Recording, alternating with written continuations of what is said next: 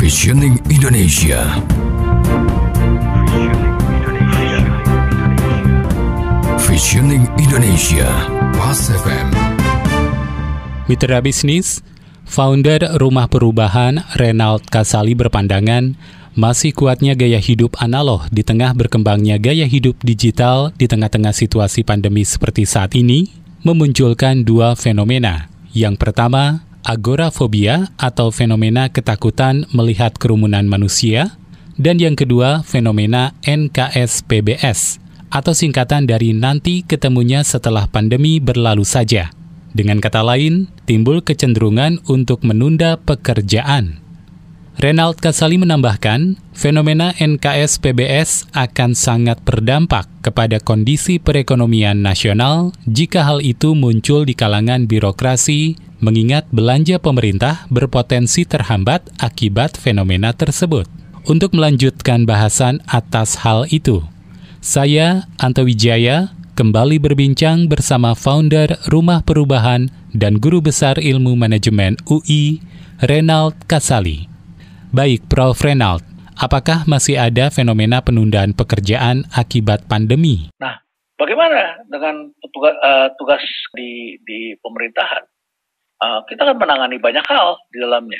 Termasuk di dalamnya ini disebut NKS PBS gitu ya. Nanti kerjanya setelah pandemi berlalu saja gitu ya. Atau NPS PBS lain adalah nanti proyeknya setelah pandemi berlalu saja ya. Jadi sudah dianggarkan, ini tidak dirubah, bisa dijalan. Tapi kita milih proyeknya nanti saja.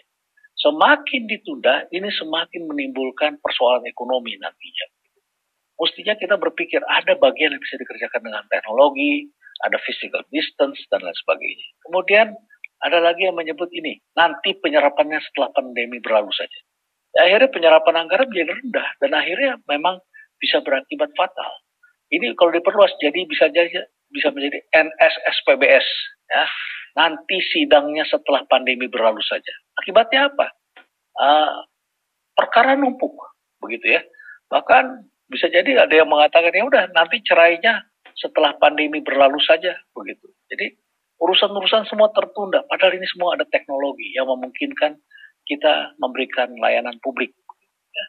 Bahkan NES-PBS, ya, nanti ekspornya setelah pandemi berlalu saja. Jadi semua ditunda gitu karena pandemi ini dijadikan alasan untuk tidak bekerja.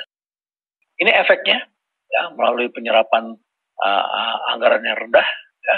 Akhirnya pemerintah tidak melakukan spending yang cukup, melalui cara kerja analog selama pandemi tak mengambil putusan dan tak menyalurkan, kemudian cara kehidupan lama, tumpukan perkara di pengadilan menjadi menggunung, dan akhirnya akan lahir the lost generation, karena sekolah tak memberi bekal yang cukup kepada murid-murid karena banyak sekolah yang tidak menyediakan fasilitas infrastruktur dan lain sebagainya.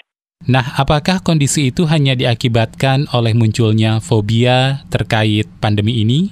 Saya kira di samping ada fobia, di samping ada ketakutan, ada mindset. Memang harus kita cairkan di sini. Karena ini unprecedented dan tidak pernah diketahui kapan akan selesainya.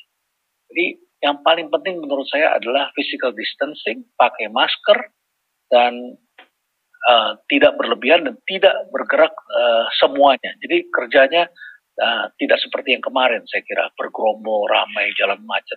Harus dibagi-bagi dengan baik.